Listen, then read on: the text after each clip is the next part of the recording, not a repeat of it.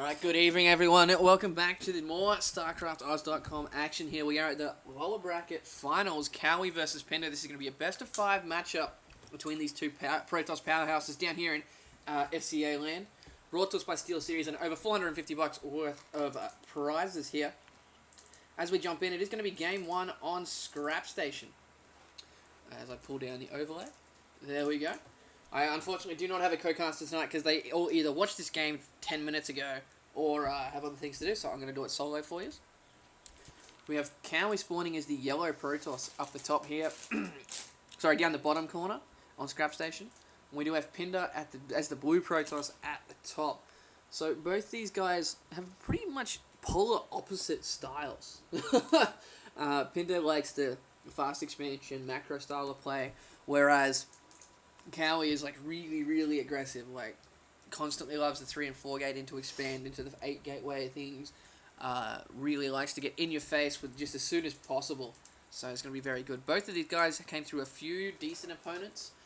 Both were knocked down in the losers bracket by Glade though, and the winner will have to go and replay against him. So that is going to be very frustrating for them. They know it in the back of their mind, but still, this is pretty much loser gets 3rd place, winner will move on. So they definitely want to move on rather than anything else. So welcome everyone who's joining us. So really similar styles here by both these players. Both of them realizing that they can send a little bit of a later scout because it is Scrap Station. Lots of it decides to play into there. But we do have Kowi slightly edging out Pinder in the gateway timing and in the assimilator timing. So, I know it doesn't seem like much, but like 1 or 2 seconds can definitely make the difference here. And we do have both of them have their gas guys are up and running as well. Let's have a look. There's about 7 seconds difference. Oh, that's shocking. And it looks like we've got Cybercore coming down for both players as well. So really, you're not going to have any kind of idea on what each one of them wants to do at this point in the game. But, so that's going to be okay. Pinder, I think he made it quite well. He made it to the Storm finals, the rounded 32 finals, but he was knocked out pretty early, I think not by Filthy, but he was knocked out by Adro, and then, no, Just in Time knocked him to the lower bracket, and then he was knocked out of the lower bracket by someone else, I'm not exactly sure. And Kowi actually made it all the way near the finals, so, and was ended up taken out by Oxygen, if I recall correctly, so that's always frustrating for them, but both of these guys constantly making the finals of SCA events, both really high up in the ladder. Pinder just coming back from a pretty extended break from StarCraft 2. And here we go. So, both players chrono boosting their warp gates. Want to get that out as... Oh, no, sorry. Kowi not chrono boosting his warp gate. Interesting, but both of them are backing off with their probes now as the Sir Stalkers are coming out, but Pinder's getting slightly more and more behind. Kowi did chrono his first Stalker out though, so that's going to be a big difference there as we have a look back here. Second gas coming from Kowi, so he's going to have that gas advantage if he wants to go more Stalker heavy or Sentry heavy. But I do like this job by Pinder, checking all the little corners of his base. Just in case Kowi's put a proxy pylon everywhere. And he's even checking up here. A lot of people miss this point up here, which is really good. And what else have we got? So there's the proxy pylon from Kowi, just a little bit ahead of where he normally goes, and he is getting a 3rd gateway now, so 3 gates into either a Robo Bay or a Stargate is pretty common. However, Kowi does like 4 gating quite a bit recently, but hopefully he changes his mind up. I don't think Kowi thinks he can match Pinder in a macro game, so I'm sure he'll be liking to put on some early aggressive pressure. But here we go, Pinder coming out with 3 Stalkers here, forcing Kowi to pull back. He's only got 2 of them. He does not have... He's got a 3rd all the way back here, but that's not really not going to count. So he does shut down any kind of scouting there by Kowi. In the meantime, we've got a Forge coming in from Kowi, so he's going to be doing that +1 very quickly. And Pinder is getting a Twilight Council, so we might be seeing some Blink Stalkers coming from him. That is going to be very fun to do.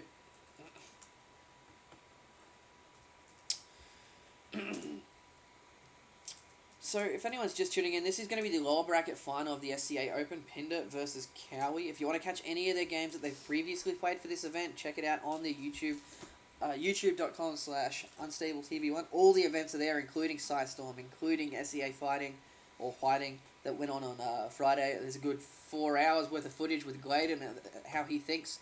And we have a Dark Shrine coming from Pinder.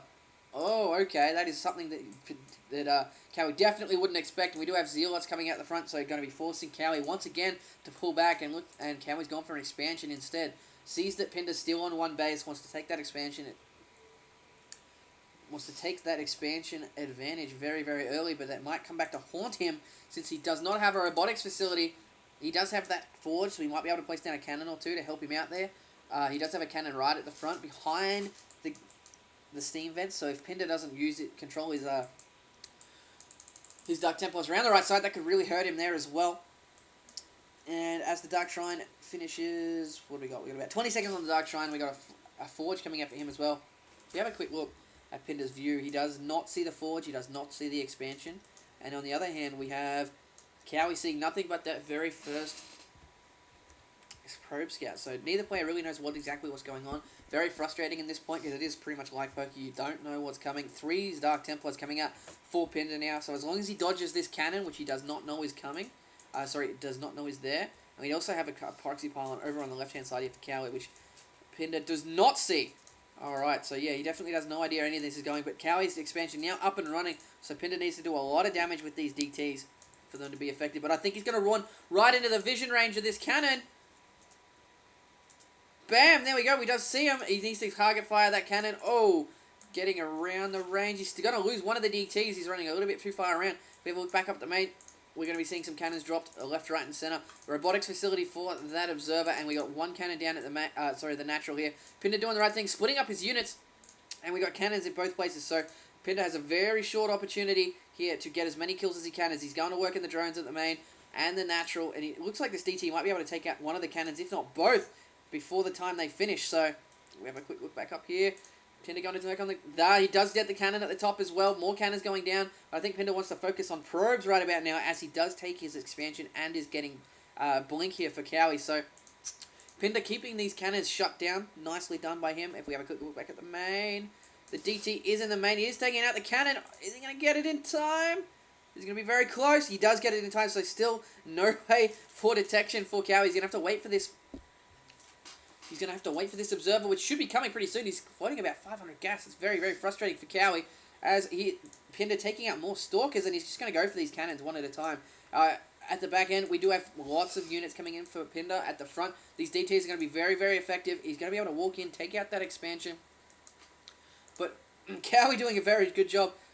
And he's only just realised he has a robot. I was wondering why it was taking him so long to get at that observer. He's floating quite a lot, but I think this is game over now because this DT is killing a lot of stalkers at the back, and he's going to lose that expansion. So that is going to be 1 up for Pinder in this matchup. Nicely done by him as soon as Cowie gives up. But the DTs were very well done by Pinder, using those DTs to get a hold of... Oh, he's going to lose the final stalker? He does lose the final stalker, but that's 2 stalkers versus a lot of units coming in here. And he's just sniping all the pylons. What great play by Pinder so far. And there's a GG. So it's going to be Pinder 1 up.